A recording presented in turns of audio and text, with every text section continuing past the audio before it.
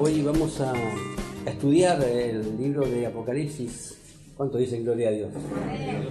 Es hermoso ese libro. No pensaba, pero realmente el Señor ya me tocó y estuve hasta las 2 de la mañana, hermano, preparando este estudio. Si ven cara cansado, bueno, ya saben por qué. Pero Dios me llevó al Apocalipsis, bueno, gloria a Dios, porque siempre teníamos la costumbre de ir los últimos domingos, ¿no? Yo recuerdo que hace 3 años atrás Mariela iba a la iglesia solamente los domingos porque había estudio de Apocalipsis, ¿te acuerdas? Y el Señor la enganchó por ese lado, ¿no? Y hoy siempre está acá ahora, gracias a Dios. Siempre, sí, iba, ella, quiero estudiar, quiero ver Apocalipsis, y ella iba, ¿no? Y iba todos los últimos domingos. Y bueno, gloria a Dios, porque es de lo que hay que hablar, porque sabemos que los tiempos se acercan, ya estamos en los últimos tiempos. Y estamos ya en el estudio número 23 del libro de Apocalipsis, y le puse como título Un trono en el cielo. Así que hoy vamos a leer mucho, vamos a estudiar mucho, y hay un trono en el cielo. Me sorprendió cuando Mariela compartió la palabra, dije, wow, en Hebreos 12, en el 2 dice, ¿no? Él se sentó a la diestra, está sentado a la diestra del trono del Señor. Es maravilloso como Dios confirma, ¿no? Y vamos al libro entonces de Apocalipsis, vamos a buscar, ya estamos en el capítulo 4, comenzamos una nueva etapa en este libro. Y, a ver, haciendo un poco de memoria, ¿se acuerdan que habíamos terminado estudiando con respecto a las 7 iglesias? ¿Se acuerdan cuál era la última iglesia? Que el título era, ¿se acuerdan? Era la iglesia tibia, que esa era la peorcita de todas, que representa la iglesia de los últimos tiempos. Pero, y ahora empezamos una nueva etapa en el libro de Apocalipsis, es una etapa diferente y que el nombre justamente es muy importante porque es un trono en el cielo. Dios está sentado en su trono, en un trono de autoridad. Apocalipsis 4, lo leemos entonces en el nombre del Padre, del Hijo y con la comunión de su Santo Espíritu.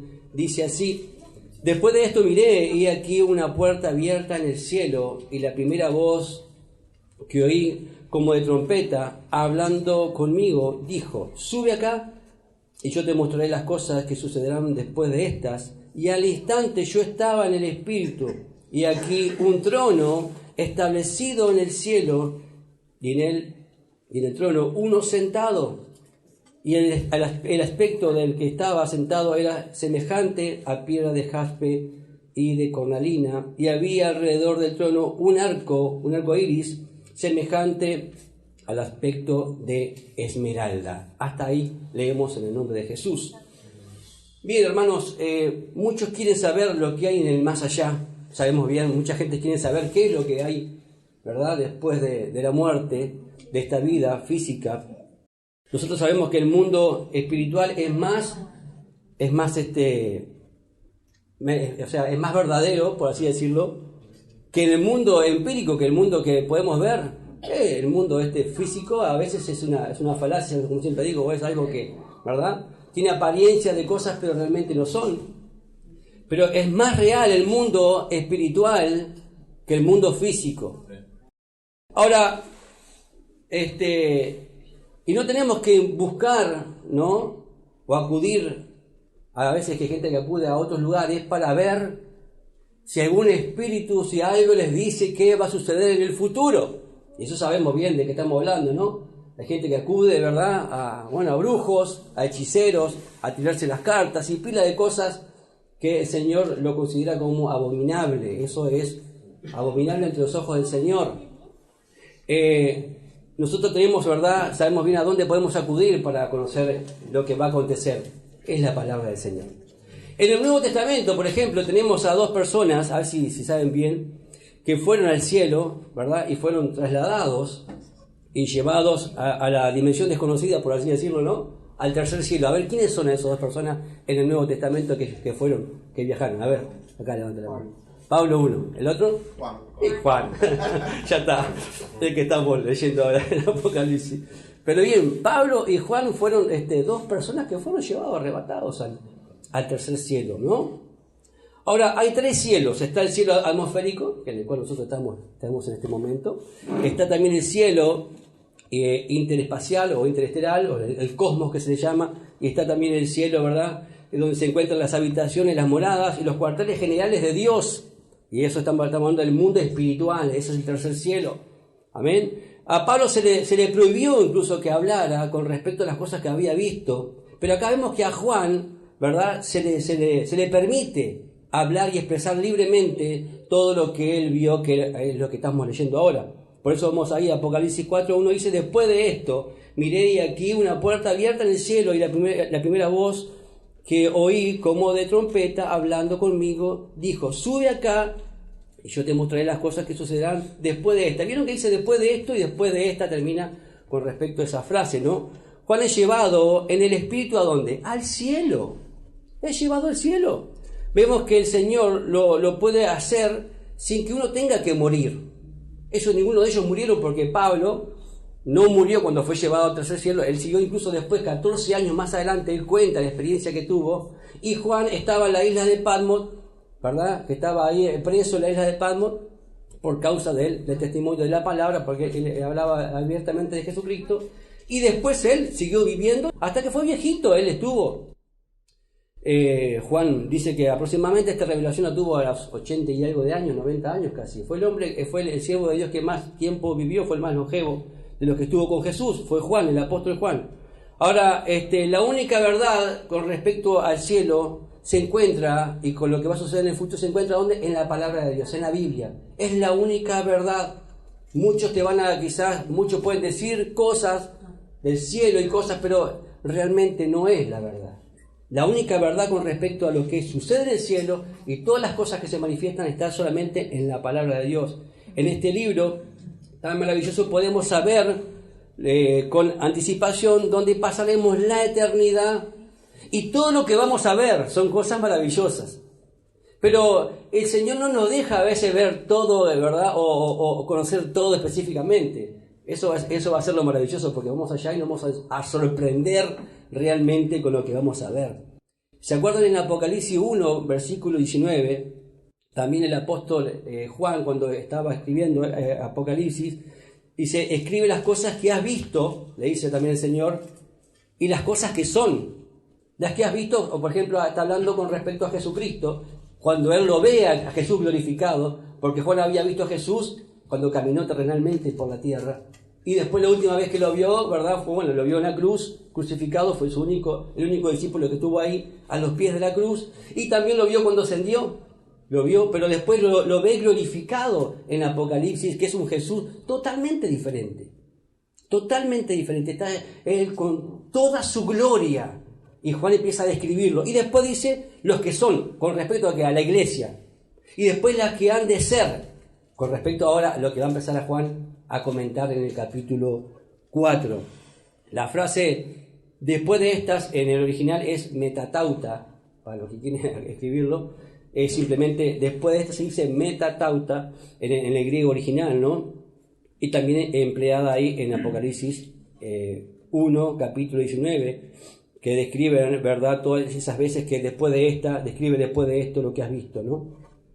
Ahora, el capítulo 4 comienza con una perspectiva celestial, mirando desde el cielo hacia ¿dónde? Hacia la tierra. Lo que va a empezar a acontecer con respecto a aquí en la tierra. Lo que va a acontecer en la tierra, y para eso, hermanos queridos, falta poco. Falta muy poco. La Biblia tiene otras también importantes referencias con respecto al cielo en pasajes tales como Isaías 6, si alguien quiere apuntar, Isaías 6 del 1 al 8. Hay muchas referencias con respecto a lo que es el cielo. Vamos a leer algunas después, también en Ezequiel 1.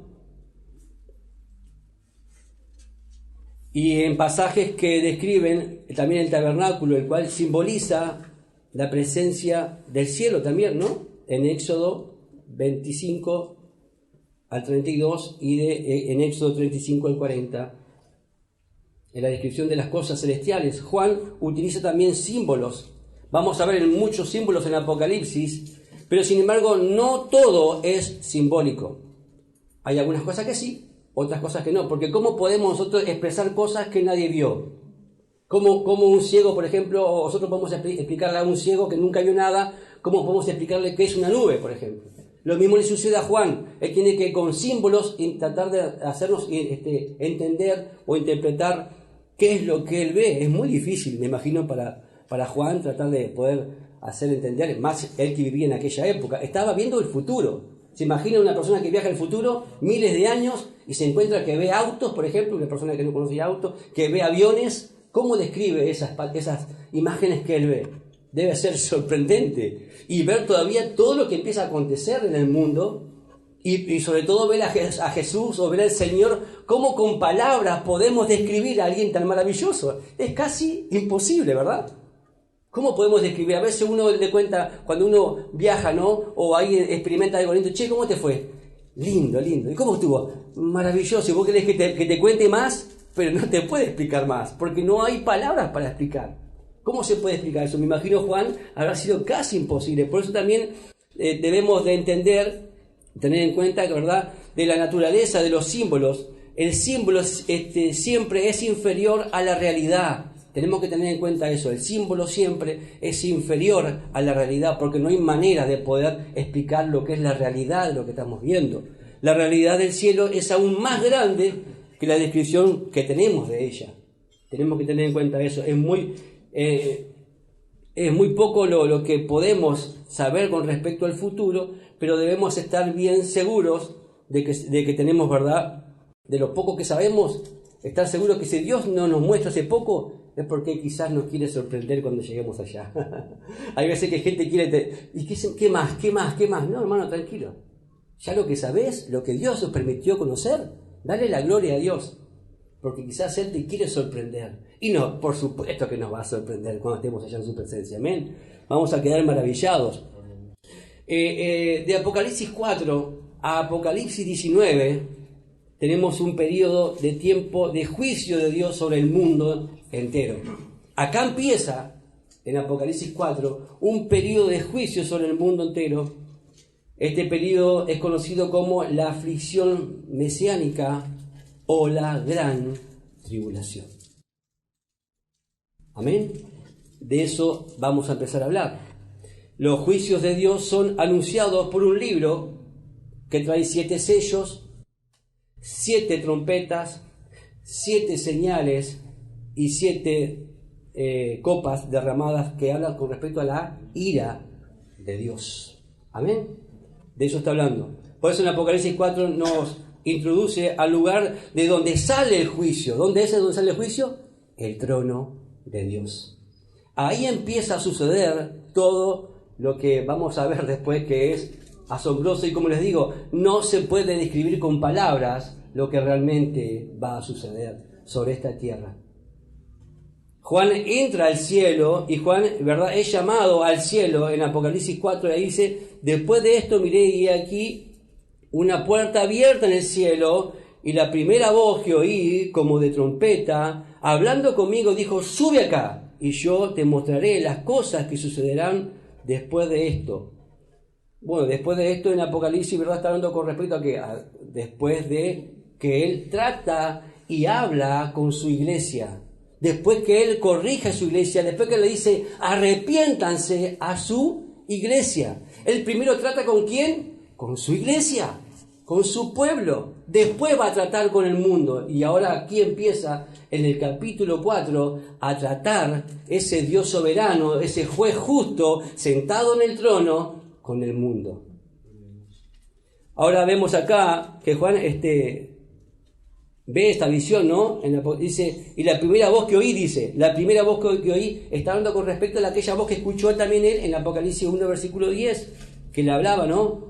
Aquella voz, ¿la voz de quién es? La voz de Jesús. Jesús le está hablando ahí. Jesús llama a Juan al cielo por una puerta abierta. Ahora, ¿la puerta es literal? ¿La puerta en el cielo? Pregunto, ¿existe esa puerta en el cielo? ¿Está esa puerta? Vieron que a veces cuando muestran una puerta espectacular que se abre, ¿no? Por supuesto que esa puerta existe en el cielo. Hay una puerta literal en el cielo, porque todo lo que incluso el Señor mandó a hacer acá en la tierra, que le mandó a hacer, por ejemplo, en el tabernáculo, todo eso, es tipo de lo que hay allá arriba. Es todo reflejo. Miren lo que dice, por ejemplo, en Hebreos 9, versículo 23. En Hebreos 9, versículo 23 dice, fue pues necesario que las figuras de las cosas celestiales fuesen purificadas así, pero las cosas celestiales mismas con mejores sacrificios que estos. Dice, porque no entró Cristo en el santuario hecho de mano, figura del verdadero. ¿Vieron? Figura del verdadero, sino que en el cielo mismo, para presentarse ahora por nosotros ante Dios. Y no para ofrecer muchas veces, como entra el sumo sacerdote en el lugar santísimo cada año con sangre ajena. ¿Qué está diciendo acá? Que todo lo que está en el cielo, también, y lo que estaba hecho acá en la tierra, es tipo de lo que está en el cielo. Dice, porque figura del verdadero, ¿no? Pero no entró Cristo en el santuario hecho de mano. Jesús no entró en el sitio que estaba hecho en la tierra, sino que entró ¿dónde? En el tabernáculo que está allá en el cielo. Dice, figura del verdadero, sino que en el cielo mismo, para presentarse ahora por nosotros ante Dios. Él es el sacerdote que se presenta ahora, el sumo sacerdote, que se presenta por nosotros. ¿Se acuerda que el sacerdote llevaba un pectoral con varias piedras que representaban que a Israel, la tribu, cada tribu, las 12 tribus? Entonces el sacerdote entraba en lugar del pueblo para ofrecer sacrificio de sangre. Pero acá Jesús, el sacrificio que hace y el que ofrece es su propia sangre, que dice que es, ¿verdad? Que no entra cada año como entraba el sacerdote, sino que entró una vez, ¿verdad? Entregando su sangre, y entregó no sangre ajena, sino su propia sangre. Miren lo que dice ahora en Colosenses 1:20, para que tengamos en cuenta lo que sucede en el cielo. Es tremendo, es maravilloso. O lo que sucedió. Pasa que simplemente falta que venga el cumplimiento de los tiempos. Esto ya pasó, porque Juan lo está describiendo algo que ya sucedió. Colosenses 1:20. Y por medio de él reconciliar consigo todas las cosas, así las que están en la tierra como las que están en los cielos, haciendo la paz mediante la sangre de su cruz. ¿Qué hizo Jesús? Reconcilió todas las cosas. ¿Qué cosas? Dice, por medio de él reconciliar todas las cosas. Las cosas que están en la tierra como las que están en los cielos. O sea que todo Jesús en la cruz reconcilió todo lo que estaba mal. ¿Y por qué sucedió todo eso? Cuando la caída, ¿se acuerdan de Satanás en el universo? Fue totalmente contaminado.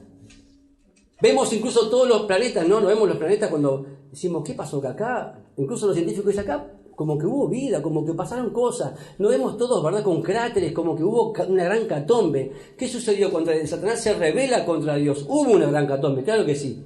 ¿Y dónde fue derribado Satanás? A la Tierra. Ahora, el único planeta que fue restaurado, ¿cuál fue? La Tierra.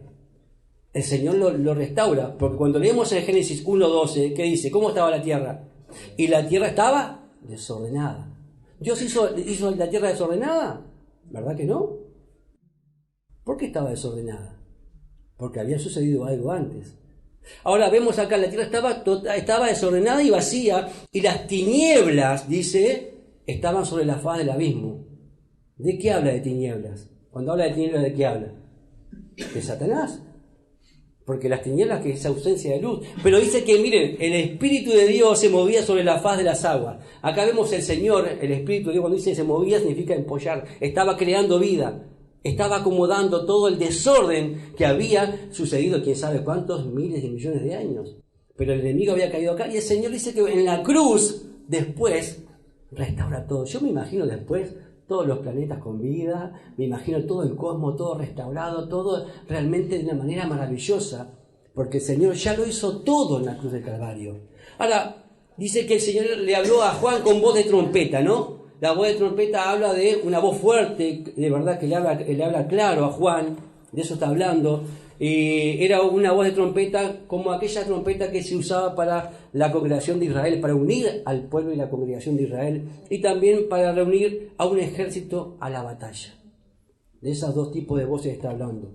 Dice que le dice, sube acá y yo te mostraré las cosas que sucederán después de esta.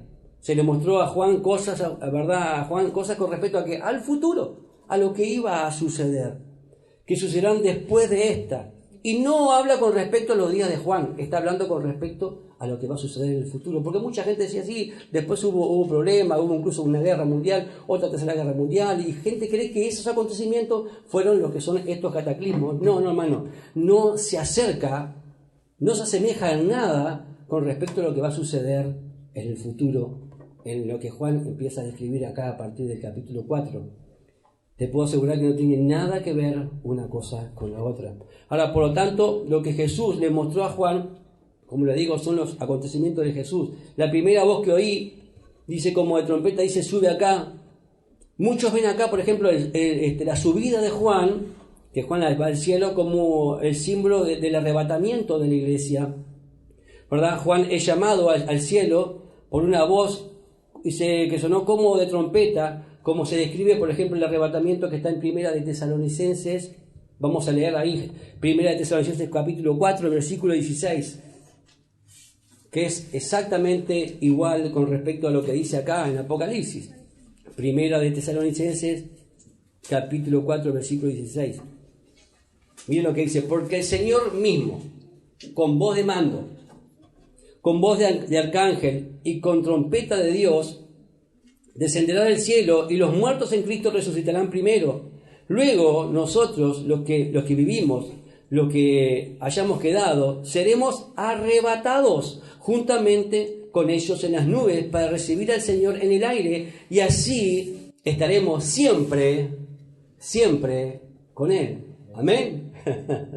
Entonces es maravilloso cómo aquí es muy similar a lo que en Apocalipsis, ¿verdad?, dice, ¿no? El significado de que Jesús haya terminado de tratar con la iglesia, ¿verdad?, en el capítulo 2 y en el capítulo 3, en Apocalipsis, ¿verdad?, por eso la iglesia no va a estar, sino que el Señor dice que va a empezar el juicio. Ahora, después de lidiar el Señor con su iglesia, ¿verdad?, Jesús llama a Juan al cielo y lo levanta, lo lleva delante de su presencia con voz que suena como de trompeta. Todo esto sucede antes de la gran ira, de la ira de Dios, porque Dios no nos puso para ira. Él no nos puso para ira. La ira va a venir sobre aquellos que no han querido escuchar la voz de Dios, aquellos que no lo han recibido, aquellos que han dicho, no, yo no necesito a Dios, yo no necesito a Dios. Ahora, la ira, ¿que dónde empieza la ira? Empieza en el capítulo 6 del libro de Apocalipsis, comienza, ¿verdad?, un periodo de juicio sobre toda la tierra.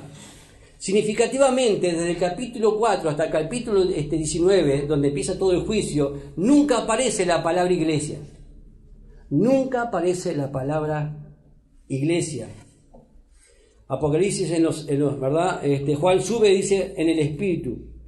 Vemos ahí en Apocalipsis, ahora sí, capítulo 4, versículo 2. Y al instante dice, yo estaba en el Espíritu. Dice Juan ahí, ¿no? Juan ya había dicho esto anteriormente, ¿se acuerdan? Cuando él ve a Jesús, dice, yo estaba en el Espíritu. Pero ahí habla con respecto a otra manera de estar en el Espíritu, o sea, estar en las cosas de Dios. Él estaba encarcelado en la isla de Patmos. Él no se estaba quejando por su condición. Él estaba en el Espíritu. Él estaba orando, estaba buscando. Dice acá, miren, en Apocalipsis 1, 10 dice, yo estaba en el Espíritu en el día del Señor y oí detrás de mí una voz como de trompeta. También Juan lo dice en Apocalipsis 1:10, lo mismo lo dice él, que esa misma voz como de trompeta, una voz clara, una voz que lo hace dar vuelta, es la voz de Jesús. Y él estaba en el Espíritu, estaba en las cosas de Dios. Dios quiere que vos y yo estemos en el Espíritu. Cuando estamos en el Espíritu vamos a escuchar la voz de Dios, vamos a experimentar cosas maravillosas de parte de Dios, porque no estemos en la carne. Él quiere que caminemos en el Espíritu, que eso es totalmente diferente que lo que caminan, ¿verdad? Pero a veces caminamos mucho tiempo en la carne y Dios no quiere eso. Dios quiere que caminemos en el Espíritu, en las cosas de Él. El apóstol Juan estaba en la peor circunstancia de su vida, estaba encarcelado en una isla, desterrado totalmente, trabajando, picando piedra. Sin embargo, él estaba, ¿cómo? En el Espíritu. Pablo también, uno que estuvo en la cárcel, ¿sí o no? Y él siempre estaba como gozoso, estaba en el Espíritu, escribiendo cartas que las podemos leer hasta el día de hoy, hermanos queridos. Eran gente espiritual, que a pesar de los problemas y las circunstancias, ellos caminaban, ¿en qué? En el Espíritu. Estaban en el Espíritu, estaban gozosos, porque sabían bien a dónde iban a ir, sabían bien cuál era su verdad, su vida, su destino. Estaban felices, estaban gozosos, a pesar de las circunstancias.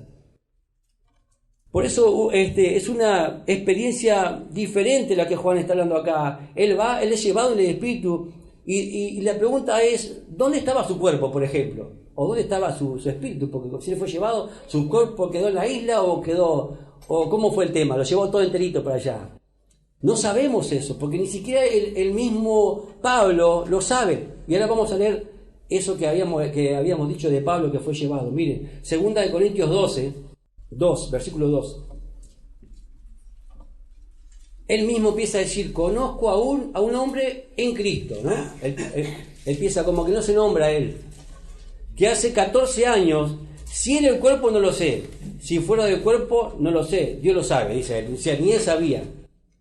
Después dice, y conozco a tal hombre, si en el cuerpo o fuera del cuerpo no lo sé, dice, Dios lo sabe, que fue arrebatado al paraíso, donde oyó palabras inefables que no le es dado al hombre expresar. ¿Vieron? Él no pudo expresar lo que había visto. Eran palabras, eran cosas que él no podía expresarlo con palabras. Y él no sabía si era en el cuerpo, si era en el espíritu, si su cuerpo había ido.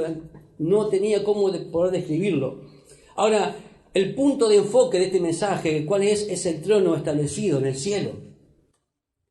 Eso es lo que Juan quiere hacernos ver y nos muestra claro que hay un trono en el cielo. Si vamos ahí a Apocalipsis 4:2 dice, y aquí un trono está establecido en el cielo. Y en el trono uno sentado.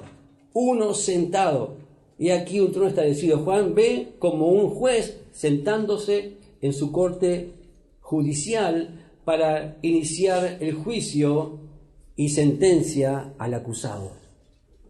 Cuando Juan él ve cuando empiezan a poner los tronos, porque sabemos bien que después van a haber hay muchos tronos alrededor, pero hay un trono en el medio que se sienta el juez justo a juzgar al acusado. Este es el trono del juicio de Dios. En el Salmo 11:4, por ejemplo, dice, ¿no? Si quieren me buscan o no, miren. Dice, el Señor está en su santo templo. El Señor tiene en el cielo su trono, dice el Salmo 11, versículo 4. En 1 Reyes 22, 19, dice, entonces él dijo, oye pues, palabra del Señor. Yo vi al Señor sentado en su trono y todo el ejército de los cielos estaba junto a él, a su derecha y a su izquierda. Está él sentado en el trono y todo un ejército celestial con el Señor. En Daniel, acá vamos a ver en Daniel capítulo 7, versículo 9, y acá vamos a ver que Daniel está viendo el mismo trono que Juan ve en Apocalipsis, pero le da otra, él nos muestra de repente algo diferente, miren. Por eso está bueno leer en diferentes pasajes de la Biblia para poder enriquecernos más y saber más con respecto a lo que está sucediendo en determinado momento específico. Daniel 7, versículo 9 dice, estuve mirando hasta que fueron puestos tronos. ¿Vieron? Fueron puestos tronos. Cuando Juan ve también la visión, también como Daniel, no es que ya vio un trono, sino que él ve que ponen tronos. Y el Señor viene, se para y después se sienta en el trono.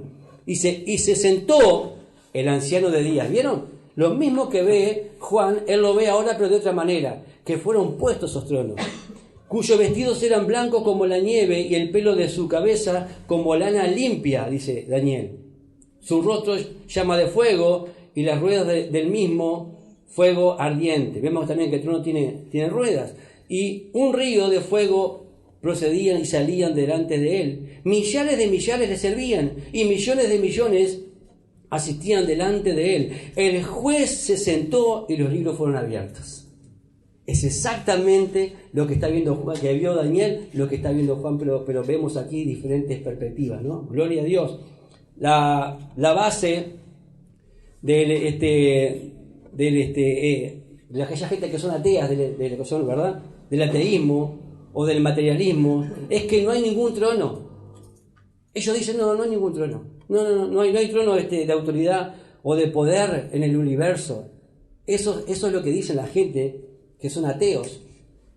Y también, por ejemplo, el humanismo. El humanismo que hace, sí, crea un trono, pero se sientan ellos en el trono. diciendo, no, a mí Dios no me tiene que decir nada, yo me siento en el trono. Y algunos, por ejemplo, no se sientan ellos, pero ponen a otras personas en ese trono, o ponen otras cosas en ese trono, y no ponen a Dios, sacan a Dios del trono, y ponen, yo que sé, políticos, ponen, ¿verdad? Por ejemplo, como Lenin, como gente, ¿verdad? Que ocupa un lugar en el cual que tiene que estar solamente Dios. Incluso Dios quiere tener un trono, ¿sabe dónde? En tu corazón. Porque Él quiere sentarse en el trono y gobernar tu vida, y reinar tu vida. Pero mucha gente dice, no, yo no quiero que Dios se siente en ningún trono, o creen que no hay nadie sentado en un trono, pero déjame decirte que hay alguien que está sentado en el trono, y ese es el único Dios eterno y soberano. Y Él tiene el control de todas las cosas. ¿Cuántos dicen amén? El hombre quita a Dios de ese trono. Ahora, en el trono dice uno sentado. El trono no está vacío, el trono está ocupado por el que vive y reina. Dice, hay uno que se sienta en el trono celestial. El trono es una descripción poderosa, no solamente de la presencia de Dios en el trono, sino también habla de autoridad, habla de soberanía y habla de control y de justicia. Dios está sentado en su trono, gobernando con poder. Él tiene control y tiene autoridad sobre todas las cosas que suceden en el universo y también sobre tu vida. ¿Cuántos dicen amén? Él está sentado en el trono. El Señor está sentado en el trono y Él tiene el control de todo lo que está pasando. Déjame decirte esto. Él tiene el control de todo lo que está sucediendo en tu vida, porque Él es el Rey soberano. En Apocalipsis 4:3 dice, y el aspecto, miren cómo lo ve ahora, ¿no? Vamos a ver ese detalle también. Ya estamos por terminar.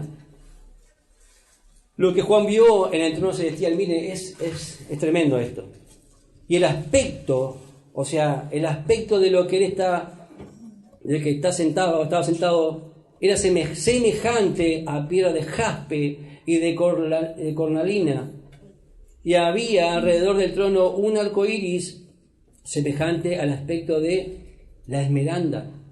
La palabra jaspe es usada para los diamantes. Jaspe, diamante. El diamante, como es transparente, es cristalino, es una de las perlas más preciosas que pueden existir, es el diamante. Así lo expresa Juan, que el Señor es como un diamante, es algo maravilloso, es algo cristalino, algo que irradia luz. La cornalina en el griego se escribe, por ejemplo, sardine, que es de color rojo. Y esos también se llaman a los rubí ahora, se llaman rubí. Y es de un color rojo. Miren lo que está viendo, los colores que está viendo Juan cuando ve al Señor, ¿no? Y el aspecto de que estaba sentado era semejante. Cuando Juan describe, ¿verdad? A que ocupaba el trono, nos describe una figura, no de algo físico, no de una persona física, no hay, ¿verdad?, una expresión del ser divino como para señalar a una similitud o figura de algo especial, sino que la descripción más bien apunta a la gloria de Dios, al resplandor de la persona del Rey Todopoderoso. De eso está hablando. No es que va a decir, no, lo vi así, que tiene ojos claros, no, está hablando con respecto a su gloria, a lo que Él irradia. Por eso son palabras difíciles de poder interpretar, o de Juan poder expresar, ¿no? También estas piedras representan la primera y la última del pectoral sacerdotal. Miren, ¿se acuerdan que yo les decía que el sacerdote llevaba un pectoral? Bueno, estas piedras, la piedra que habíamos leído ahí, la de jaspe y la de cornalina, la primera y representa la última. Miren, ahora vamos a ver por qué. Es maravilloso eso. Que eso está escrito en Éxodo 28, del 15 al 16, cuando el Señor le dice, hazte un pectoral de tantas piedras, cada piedra tiene un nombre, y cada tribu tiene un nombre, y cada piedra significa y simboliza a cada tribu, a la tribu de Israel. Por eso el sacerdote cuando entraba con todas esas piedras simbolizando y representando a su pueblo, y él ofrecía sacrificio para cubrir los pecados de su pueblo. Amén. Son 12 piedras que representan las tribus de Israel. El diamante cristalino habla de qué? Sobre la pureza de Jesucristo, sobre su santidad. Y el rubí rojo significa ¿qué? La sangre de Jesucristo. Vemos acá entonces al santo, al puro, ¿verdad? Entrando en el lugar santo ¿para qué? Para derramar ¿qué? Su sangre por el perdón de ¿qué? De todos nosotros. Eso simboliza. Ahora miren, la palabra, por ejemplo, la primera tribu es Rubén. La primera tribu es Rubén y significa, el nombre de Rubén, he aquí un hijo, que es la primera piedra que aparece en el pectoral. Ahora, la última piedra que representa en el pectoral significa hijo de mi mano derecha. Eso significa Benjamín, hijo de mi mano derecha. Ahora, el primer y el último significa, miren, entonces si juntamos los dos significa, he aquí el hijo a la diestra de Dios. Dígame si eso no es maravilloso. He aquí, como comenzaba hoy leyendo a nuestra hermana, he aquí el hijo a la diestra de Dios. Entonces Jesucristo también, como es el primero y es el último, Él es el alfa, Él es la omega, y Él es el principio y es el fin. Y Él nos representa a todos, ¿verdad? En ese lugar santísimo, y Él ahí está sentado en el trono. Dice que había alrededor de ese trono también, ¿qué cosa? Un arco iris, ¿no? El trono estaba alrededor había un arco iris de color verde, porque semejante, dice, a el aspecto de esmeralda. La esmeralda es verde. El arco iris es el recordatorio del compromiso de Dios, de su pacto con el hombre. ¿Se acuerdan en Génesis 9? Que hizo un pacto con el hombre y con la tierra. Dijo, no voy a destruir más la tierra y a la humanidad, y no va a ser a través de juicios de agua. Sabemos bien que después el juicio que viene ahora es por fuego. Pero el Señor dice que prometió no quitar a toda la humanidad. Alrededor de toda esta escena del trono de Dios, una escena de, ¿verdad?, de soberanía, autoridad y gloria, Dios ha puesto un recordatorio de su promesa de no destruir nuevamente a la tierra por agua. Eso significa el arco iris, que lamentablemente hoy lo están usando para cosas que nada que ver con el pacto que Dios, el arco iris simboliza eso. Por eso cuando vemos el arco iris recordamos el pacto que Dios hizo con nosotros, porque Él es un Dios de pacto. Y Él lo recuerda. Miren, está en el trono y ese arcoíris está recordando que Él va a derramar su ira, pero que Él va a recordar, está diciendo, yo estoy recordando que mi juicio, ¿verdad? No voy a destruir a toda la humanidad, voy a tener misericordia. Está hablando de su gracia, porque va a venir el juicio, pero Él igual después va a mandar gente, va a mandar 144.000 a predicar y hablar sobre Cristo, y va a tener misericordia y muchos van a ser rescatados. Después vamos a ver más adelante una multitud que sube al cielo, están todos con vestiduras blancas, y que van a pasar, sí, por la tribulación, pero el Señor va a tener mucha misericordia. De eso está hablando Él, que Él recuerda. El trono dice, yo puedo hacer lo que yo quiero, debido a que yo gobierno y tengo toda la autoridad, porque yo soy Dios. Pero el arco iris, o sea, la promesa dice, cumpliré las palabras que también te he dado. No puedo hacer, ¿verdad? Él no puede ir en contra de lo que Él prometió y de lo que Él dijo que iba a hacer. Porque Dios prometió y Dios cumple. No es que te dice hoy una cosa y después mañana no la cumple. No. Vos sí, y vos y yo también. ¿Cuántas veces hemos cumplido cosas y no cumplimos con nada? Pero el Señor cumple con su palabra. ¿Cuántos dicen amén? Él cumple con su palabra. Y sabemos que todo lo que está escrito se va a cumplir. Gloria a Dios, que vos y yo tenemos salvación y vida eterna. Y ahí está el Señor sentado en su trono. Alrededor del trono dice que está ese arco iris. Es algo muy notorio, que muestra que Dios siempre se limita a sí mismo por sus propias promesas. Él se autolimita por lo que Él promete. Porque gloria a Dios que Dios es Dios, ¿no? Porque si no ya estaríamos todos liquidados. Gloria a Dios que Él es Dios. Y que Él tiene misericordia y que nos ama tanto. Porque si yo fuera Dios, hermano,